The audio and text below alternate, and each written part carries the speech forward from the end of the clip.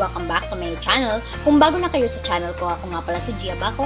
Welcome kayong lahat. At kung hindi pa kayo nakapag-subscribe, i-click nyo lang ang subscribe button sa baba at i-click nyo na rin ang bell notification para notify kayo sa lahat ng mga videos na i-upload ko. Kung bago lang kayo guys sa aking YouTube channel, nag-upload ako ng mga video tips, video tutorials, nang sa ganun ay may share ko ang kaalaman ko sa kapwa ko YouTubers, lalong-lalo na sa mga new YouTubers na nagsisimula pa lang gumawa ng kanilang channel. Hi guys! So ngayon ang ituturo ko naman sa inyo ay paano kontrolin ang volume ng video dito lang sa InShot. So ayan, punta na kayo dito sa InShot app. Ang InShot ay pwede sa Android at Apple. Mayroon nyo itong download sa Android Play Store. Sa Apple or sa iPhone is App Store. So i-click nyo na itong video. Allow. Click nyo yung allow kasi bago ko lang to dinunload eh. So, pumili kayo ng mga video dyan na gusto nyong i-upload sa inyong mga channel. So, kunyari,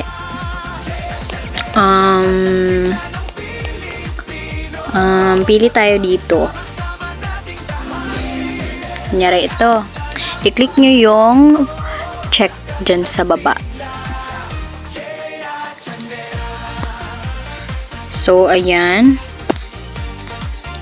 Never mind the watermark of InShot, guys.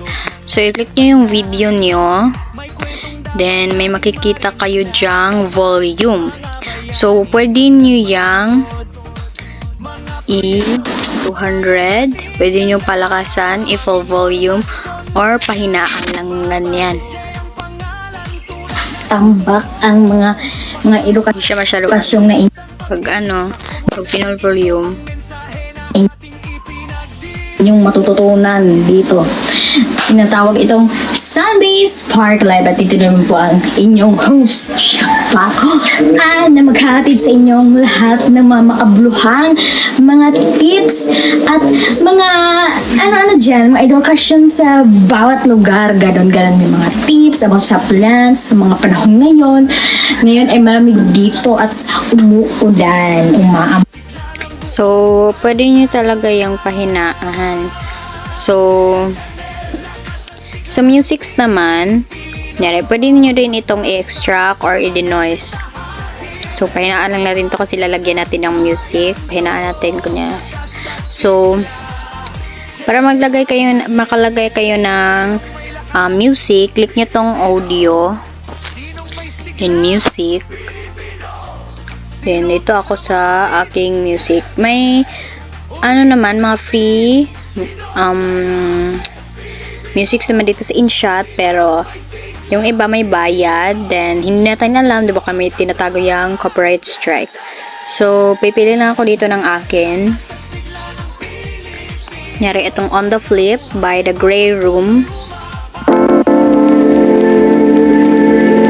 Plus, so, ayan, i-play natin.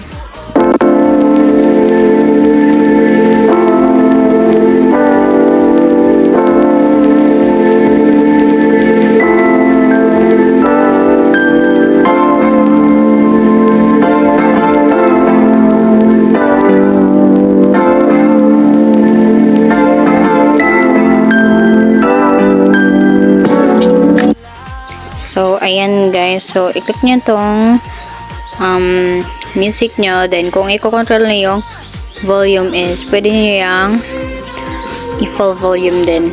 So,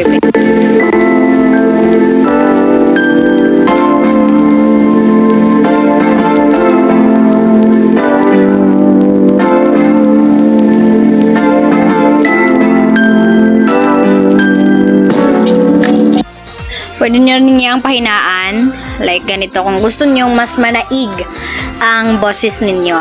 So, ibalik natin yung volume nitong ating video kanina. Tapos, itong inad nyo na music, kung gusto nyo talagang manaig ang boses nyo sa video, is pahinaan nyo ang inyong music. Testing ko yung akin, guys. Wait, ayan.